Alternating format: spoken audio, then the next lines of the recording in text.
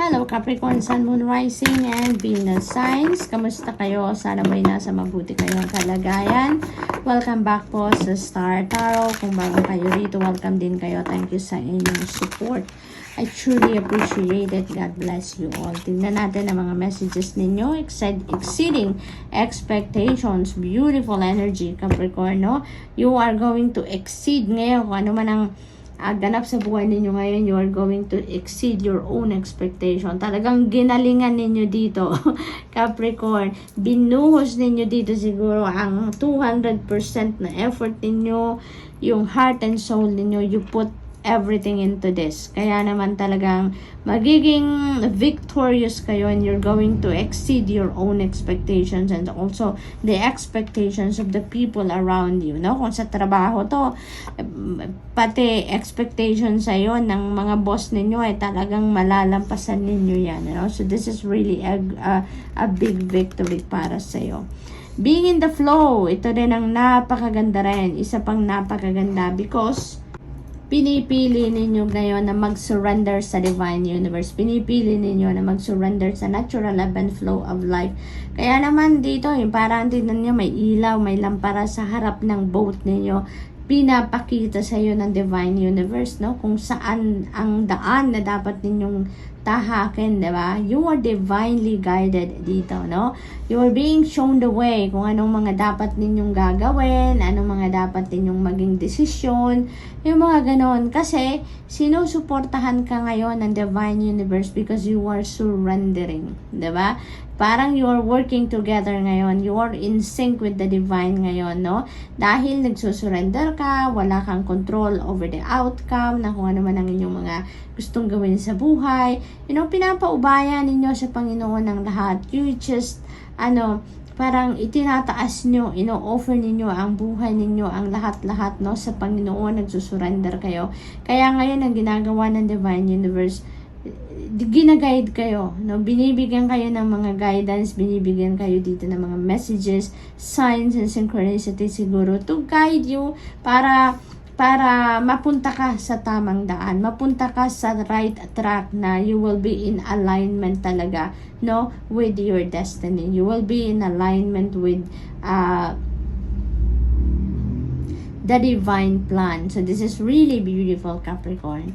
So what else? Believing in magic. Wow, there are going to be magical moments na mag-unfold sa buhay ninyo. May mga miracles dito that are about to unfold in your life, Capricorn. Napakaganda. In the next few days, no, makikita ninyo may mga unexpected na mga mangyayari dito na magaganda. Maaring answered prayers nyo na yan, Capricorn.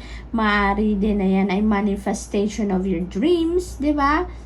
Who knows kung ano ang ibibigay sa inyo ng Divine Universe, but definitely miracles are about to unfold. So we have igniting courage. Ayan. So may mga sitwasyon din dito na kailangan ninyo ng iba yung tapang, tatag ng kalooban, yung mga ganon ba, Capricorn. So maybe there are some kind of a challenging situation din na siguro kinakaharap ang iba sa inyo, and the Divine Universe and the rest of your spirit team dito are going to help you ignite your courage and your inner strength para maharap ninyo kung ano man ang sitwasyon na yan, ano? Huwag kayong mag-alala. There's nothing to fear, there's nothing to worry about. You are divinely guided, no? Kaya ang mahalaga lang dito, lagi kayong nakikinig sa inyong intuition. Always follow the wisdom of your body, kasi laging sisignalan ka ng iyong intuition through your body, no? Through sensation sa inyong katawan. So we have planting seeds. This is beautiful energy then. Parang dito, binibigyan kayo ng pagkakataon ngayon na ma-figure out ninyo kung ano talaga yung gusto ninyong mangyari sa buhay ninyo. Binibigyan kayo dito ng liberty ng Divine Universe, no, na to make things clear, no, sa sarili ninyo. Get clear with yourself kung ano nga ba talaga ang gusto ninyong ma-manifest sa buhay ninyo. What is exactly yung mga gusto ninyong makita ninyo sa buhay ninyo, no?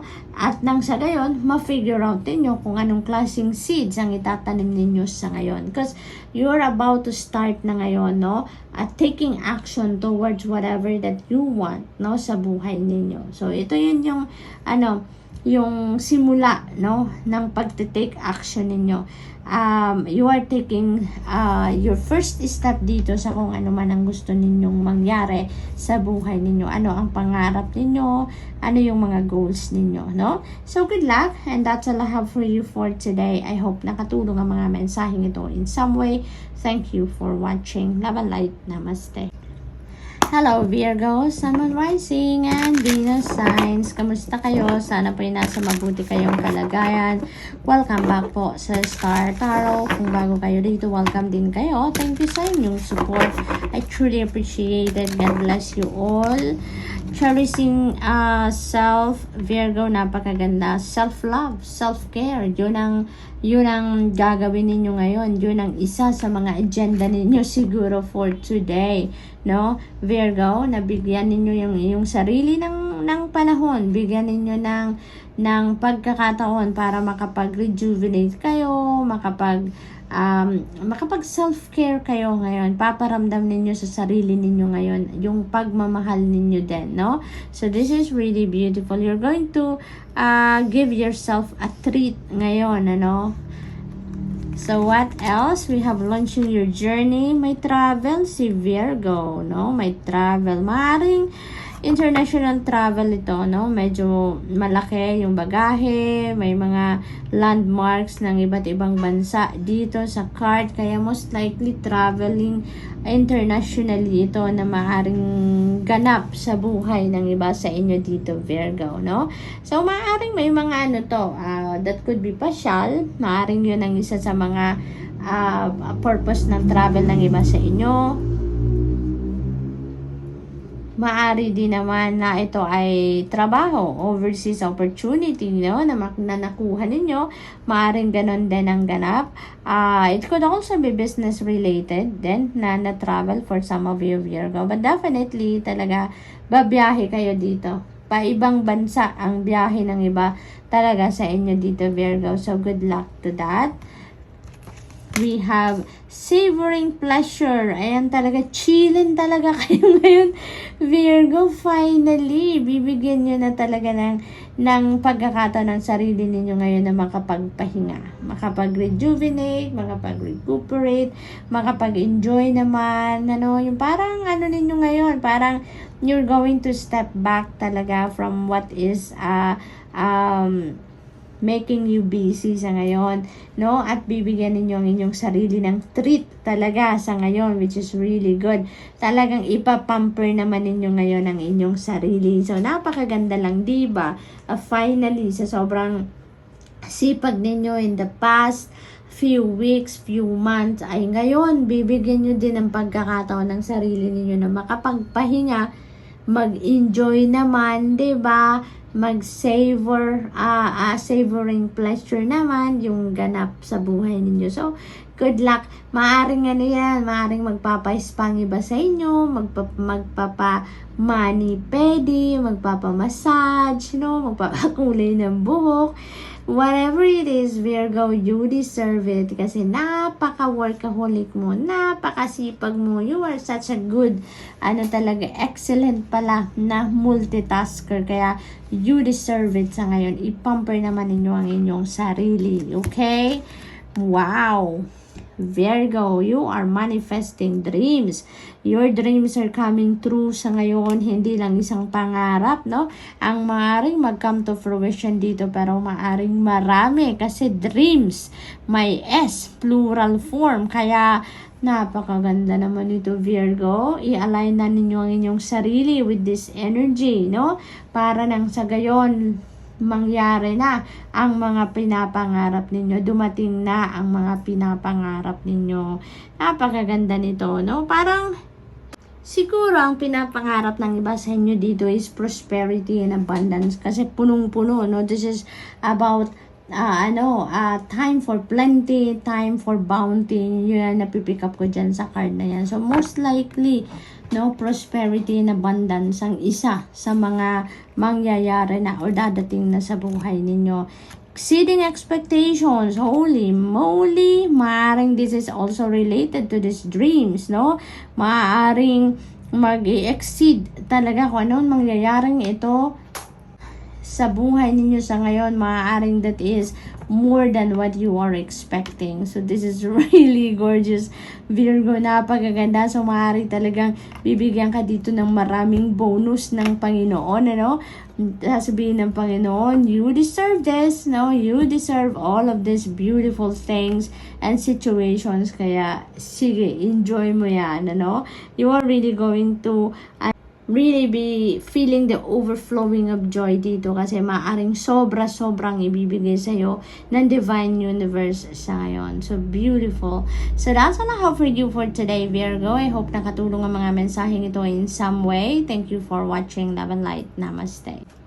Hello, Taurus, Sun, Moon, Rising, and Venus signs. Kamusta kayo? Sana po'y nasa mabuti kayong kalagayan. Welcome back po sa Star Tarot. Kung bago kayo rito, welcome din po kayo. Thank you sa inyong support. I truly appreciate it. God bless you all.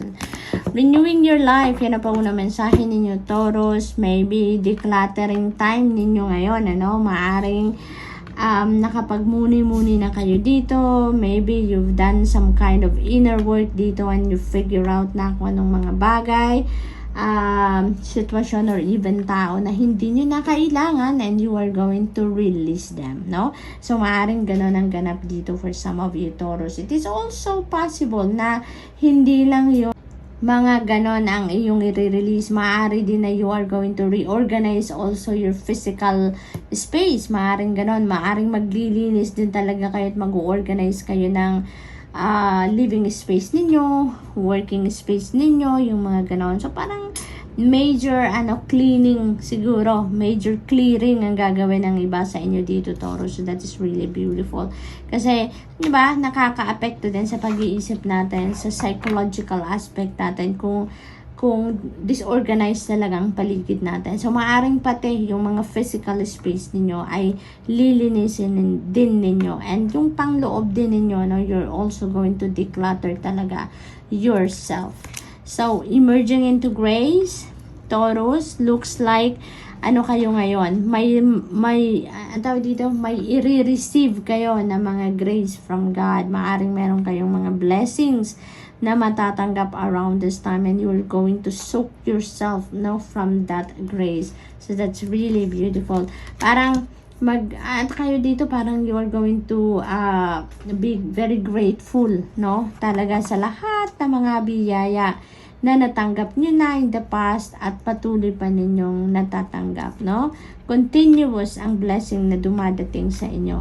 Letting go, I surrender joyously to the ebbing and flowing of life. Napakaganda. This is letting go of your control, no, over the things na nangyayari sa buhay ninyo. So, ngayon din, no, marirealize ninyo na siguro it's about time na, no, para mag-surrender kayo sa Panginoon. It's about time na para mag-surrender na lang kayo sa natural ebb and flow of life, no? So, you're also going to decide to do that sa ngayon. Kasi maaaring may mga signs na din kayo na nakikita, no, na kailangan na, no, kailangan ng bitawan ng control ninyo sa mga bagay-bagay, no, because maaaring ma-realize ninyo na there are so many things in the world, no, or sa buhay ninyo that are beyond your control. Kaya kahit anong pilit ninyo, kahit anong insist ninyo na mangyari ang mga gusto ninyong mangyari, ay hindi talaga mangyayari if it's not meant for you, if it's not part of the divine plan, no, if it's not for your highest good. Kaya ngayon siguro mas magdedesisyon na kayo na tama na, no, hindi na kayo mag-i-insist, hindi nyo na ipipilit ang gusto ninyo, magsusurrender na lang kayo, nyo na lang, i-offer nyo na lang sa Panginoon ang lahat, and then you're just going to allow things to unfold organically sa buhay ninyo, no?